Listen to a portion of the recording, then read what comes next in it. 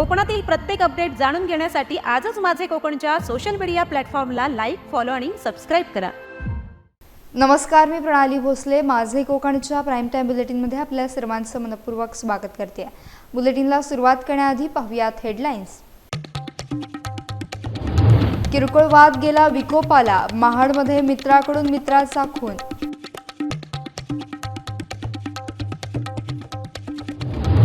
श्रीवर्धन किनाऱ्यावर लाखोंचा चरस साठा, दिघी सागरी पोलिसांकडून माल जप्त।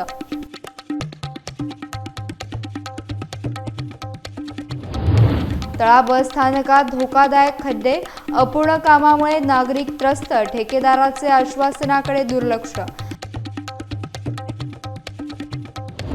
आणि महाडमध्ये आक्षेपार्ह स्टेटस प्रकरण, धार्मिक भावना दुखावल्याप्रकरणी आरोपी तरुणाला तात्काळ अटक। पाहुयात सविस्तर वृत्त। रायगड जिल्ह्यातील महाड तालुक्यातून एका धक्कादायक घटनेनं परिसरात खळबळ उडाली आहे। आंबे शिवथर गावात मित्रानंच मित्राचा जीव घेतल्याचं समोर आलं असून किरकोळ वाद विकोपाला गेल्यानंतर ही घटना घडली। मिळालेल्या माहितीनुसार तुळशीराम गायकवाड आणि तुषार येनुपुरे हे दोघं मित्र कुंभे शिवथर येथून किराणा घेऊन आंबे शिवथरच्या दिशेनं पायी जात होते। याच दरम्यान त्यांच्यात जोरदार भांडण झालं। हे भांडण इतकं वाढलं की आरोपी तुषार येनुपुरे याने तुळशीराम गायकवाड याला आंबे शिवथर पुलावरून काळ नदीच्या पाण्यात ढकलून दिलं। या घटनेत तुळशीराम यांचा दुर्दैवी मृत्यू झाला। घटनेची माहिती मिळताच महाड MIDC पोलीस तात्काळ घटनास्थळी दाखल झाले। ग्रामस्थ आणि नातेवाईकांच्या मदतीने पोलिसांनी तुळशीराम यांचा मृतदेह नदीतून बाहेर काढला। पोलिसांनी या प्रकरणाचा तपास मोठ्या कौशल्याने करत गुन्ह्याचे रहस्य उलगडले। या प्रकरणी महाड MIDC पोलीस ठाण्यात तुषार येनुपुरे याच्या विरोधात खुनाचा गुन्हा दाखल करण्यात आलाय। पुढील तपास पोलीस निरीक्षक जीवन माने करत आहेत। मित्रांमधील वैमनस्य कोणत्या थराला जाऊ शकतं हे या घटनेतून स्पष्ट झालं असून महाड तालुक्यात या घटनेची जोरदार चर्चा सुरू आहे।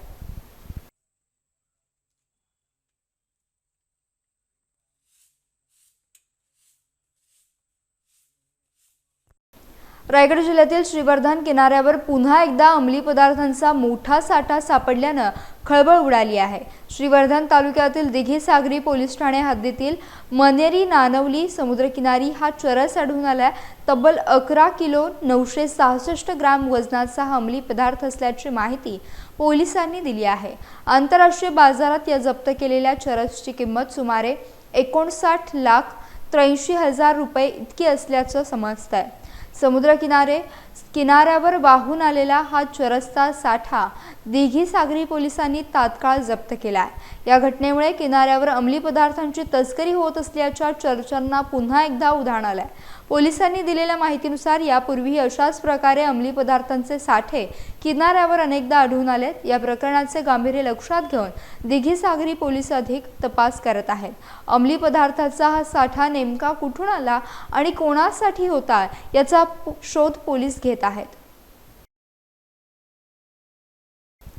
तळा बस स्थानकातून एक धक्कादायक बातमी समोर येते। या बस स्थानकातील अपूर्ण कामामुळे नागरिकांच्या जीविताला धोका निर्माण झाला असून प्रवाशांना मोठ्या गैरसोयीचा सामना करावा लागतोय। बस स्थानकाच्या आवारात खोदलेले मोठमोठे खड्डे उघड्या अवस्थेत आहेत। गणेशोत्सवापूर्वी काँक्रिटीकरणाचं काम पूर्ण होऊन ST वाहतूक सुरू झाली होती, मात्र शौचालय आणि संरक्षक भिंतीसाठी खोदलेले 7 मोठे खड्डे अद्यापही तसेच आहेत। संबंधित ठेकेदाराने गणेशोत्सवानंतर उर्वरित काम सुरू करण्याचं आश्वासन दिलं होतं, पण प्रत्यक्षात कामाला सुरुवात झालेली नाही। या उघड्या खड्ड्यांमध्ये पाणी, प्लास्टिक आणि इतर कचरा साचून घाणीचं साम्राज्य पसरलंय। यामुळे डासांची पैदास वाढून साथीचे आजार पसरण्याची भीती व्यक्त केली जाते। विशेषतः रात्रीच्या वेळी खड्डे आणि पसरलेल्या सळ्यांमुळे गंभीर अपघात होण्याची शक्यता नाकारता येत नाही।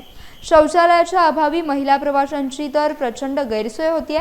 त्यामुळे तळावासियांनी प्रशासनाकडे आणि संबंधित ठेकेदाराने बस स्थानकाचे उर्वरित काम तातडीने पूर्ण करावे अशी आग्रही मागणी केली आहे, जेणेकरून नागरिकांचा जीव आणि आरोग्य सुरक्षित राहील। रायगड जिल्ह्यातील पेजारी येथे भाजपा महिला मोर्चाने काँग्रेस विरोधात जोरदार निषेध आंदोलन केले।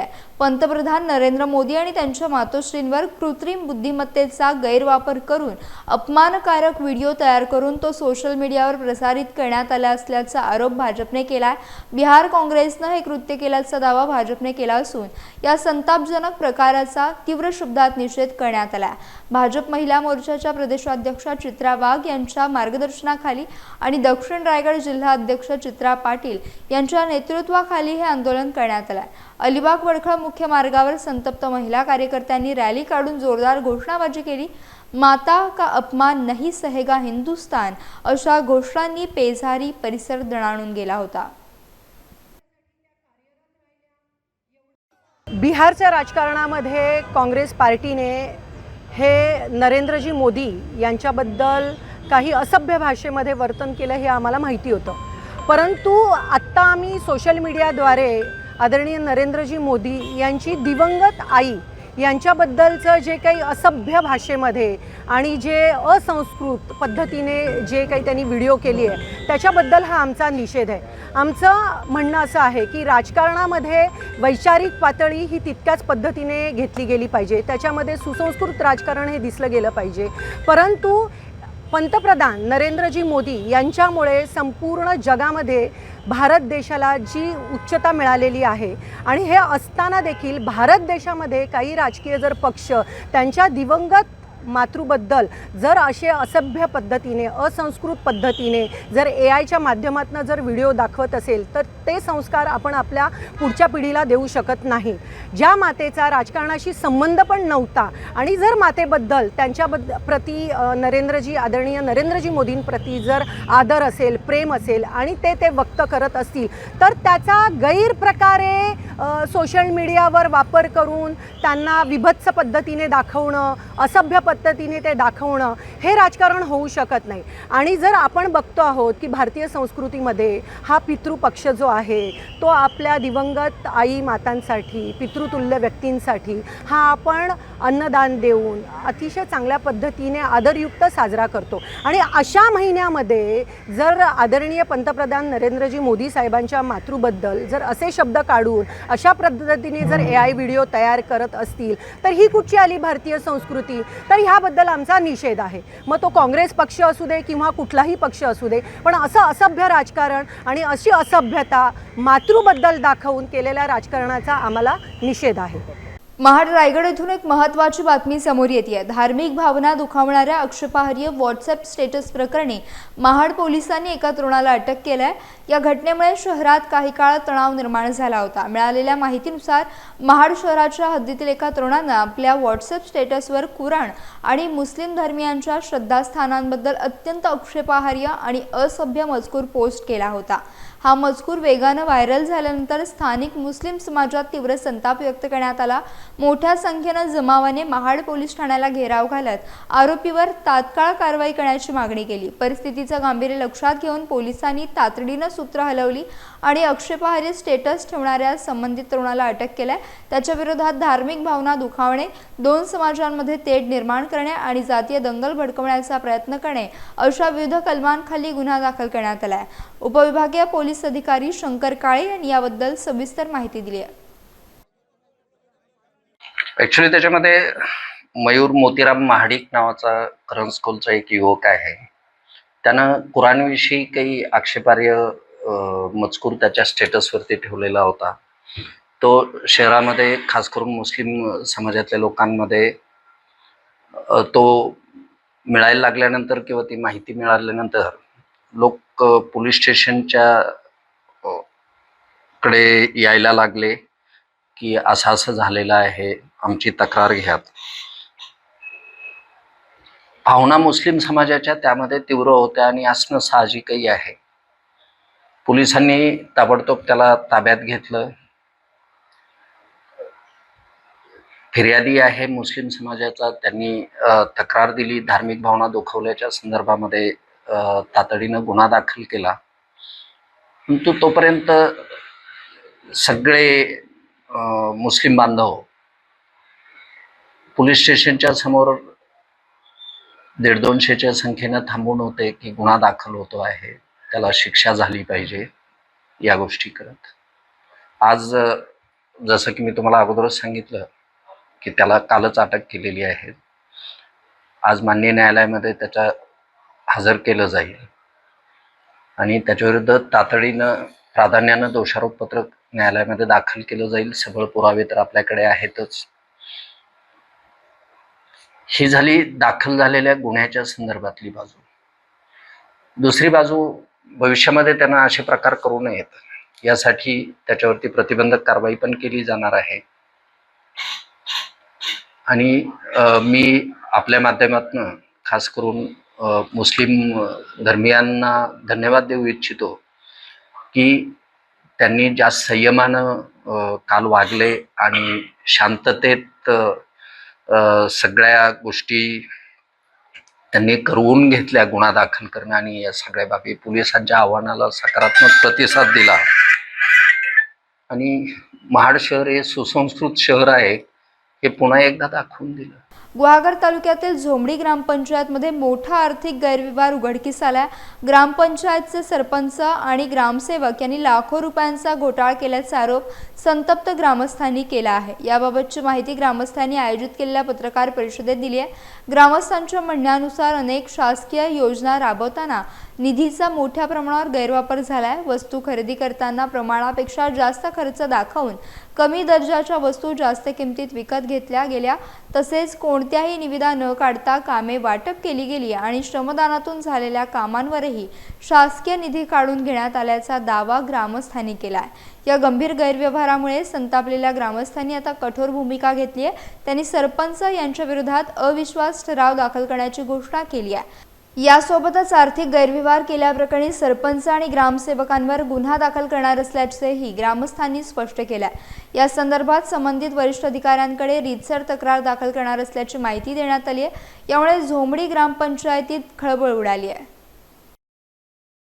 ग्रामपंचायतमध्ये यायला लागलो तेव्हा आम्हाला असं दिसून आलं की ग्रामपंचायतमध्ये अनियमितता आहे. ग्रामपंचायतमध्ये जी आजपर्यंत झालेली कामं आहेत ती पूर्ण झालेली नाहीत, अपूर्ण झालेली आहेत आणि खूप भ्रष्टाचार झालेला आहे.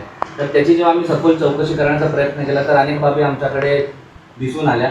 तर मी एक एक करून तुम्हाला सगळ्यांना एक साधारणतः ते वाचून दाखवतो, तुम्हाला समजेल की आज तागायत ग्रामपंचायतीमध्ये किती फ्रॉड झालेला आहे तो. आणि डेड बॉडी फ्रीज खरेदी करणे अशी दोन वेगवेगळी कामं आहेत. ती कामं साधारणतः एक काम झालं आहे डीप फ्रीज खरेदी करण्याचं 25 सप्टेंबर 2024 आणि डेड बॉडी फ्रीज खरेदी करण्याचं काम झालं आहे 25 ऑक्टोबर 2024. साधारणतः टेंडर निघाला आहे डीप फ्रीजचा, 2 वेळा टेंडर निघाला आहे 12-12 हजाराचं आणि डेड बॉडी फ्रीजचा टेंडर निघाला आहे 16,000 रुपयाचा. ठीक आहे. पण जेव्हा ह्या विषयाच्या आम्ही खोलात गेलो तेव्हा आम्हाला असं समजलं की सदरचा डीप फ्रीज जो ग्रामपंचायतीने खरेदी केलेला आहे तो आज तागायत ग्रामपंचायतमध्ये उपलब्ध नाही आहे. तसंच जो डेड बॉडी फ्रीज आहे तोही ग्रामपंचायतमध्ये उपलब्ध नाही आहे. हालाकी पेमेंट करून 1 वर्ष झालं आहे. जर 1 वर्ष झालं आहे तर डीप फ्रीज आणि डेड बॉडी फ्रीज ग्रामपंचायतमध्ये अवेलेबल पाहिजे, तो आज तागायत नाही आहे. त्याच्या उपर जेव्हा आम्ही ग्रामपंचायत स्टेटमेंट जेव्हा आम्ही चाळली तेव्हा Ratnagiri district central cooperative bank limited म्हणजे RDCC बँक जे आहे, शाखा गुहागर ब्रांच खालचापाट तालुका गुहागर, बँकेचे खाता क्रमांक आहे शेवटला 0019. तर त्यामध्ये जेव्हा आम्ही छाननी केली की खरोखर डीप फ्रीज घेतला गेला आहे का किंवा डेड बॉडी फ्रीज घेतला आहे का, तेव्हा असं निदर्शनात आलं की डेड बॉडी फ्रीजसाठी टोटल 3 वेळा पैसे खर्च करण्यात आलेला आहे. पहिली रक्कम आहे 27,000 रुपये, दुसरी रक्कम आहे 50,000 रुपये आणि तिसरी रक्कम आहे 16,000 रुपये. टोटल 93,000 रुपये डेड बॉडी फ्रीजसाठी खर्च करण्यात आलेला आहे. परंतु डेड बॉडी फ्रीज आज तागायत ग्रामपंचायतमध्ये उपलब्ध नाहीये. विषय आहे त्यासाठी टोटल 28,000 रुपये खर्च करण्यात आले. एका ट्रान्झॅक्शन 12,000 रुपयाचा, एका ट्रान्झॅक्शन 16,000 रुपयाचा, म्हणजे जवळजवळ 28,000 रुपये डीप फ्रीजसाठी जर खर्च केलाय तर डीप फ्रीज निदान ग्रामपंचायतमध्ये पाहिजे, परंतु तोही ग्रामपंचायतमध्ये अवेलेबल नाही. रत्नागिरी जिल्ह्यातील मंडणगड तालुक्यातून धक्कादायक बातमी समोर येते. बेकायदेशीर वाळू उपसा आणि कोट्यावधी रुपयांच्या घोटाळ्याविरोधात आवाज उठवणाऱ्या अखलाक दाऊद महालुणकर यांना कुटुंबासह जीवे मारण्याची धमकी देण्यात आली आहे. यामुळे म्हाप्रळ परिसरात भीतीचं वातावरण निर्माण झालंय. महादेव नाल्यातील गाळ उपसा परवान्याच्या नावाखाली कोट्यावधी रुपयांचा घोटाळा झाल्याचा आरोप त्यांनी केला. या गैरव्यवहारात सावित्री नदीतील वाळूचा मोठ्या प्रमाणावर उपसा करून शासनाचे कोट्यावधी रुपयांचे नुकसान झाल्याचे पुरावे आपल्याकडे असल्याचा महालुणकर यांनी दावा केला होता. या प्रकरणात सामील असलेल्या वाळू माफियांनी तसेच सराईत गुन्हेगारांनी त्यांना आणि त्यांच्या मित्रांना जीवे मारण्याची धमकी दिली आहे. यातील काही आरोपींवर यापूर्वीच गंभीर गुन्हे दाखल झालेत, तर काही जणांवर तडीपारीची कारवाई झाली आहे. या धमक्यांमुळे आपल्या कुटुंबाच्या जीवाला धोका निर्माण झाला असून उपजीविकेसाठी घराबाहेर पडणे देखील कठीण झाल्याचे महालुणकर यांनी पोलिसांना दिलेल्या तक्रारीत म्हटलंय. या प्रकरणी पोलिसांनी तातडीनं कारवाई करून आपल्याला आणि कुटुंबाला संरक्षण द्यावं अशी मागणी महालुणकर यांनी केली आहे. कर्जत येथे नुकत्याच पार पडलेल्या मुख्यमंत्री समृद्ध पंचायत राज अभियानाच्या तालुकास्तरीय कार्यशाळेत एक वेगळाच विषय चर्चेचा बनला आहे.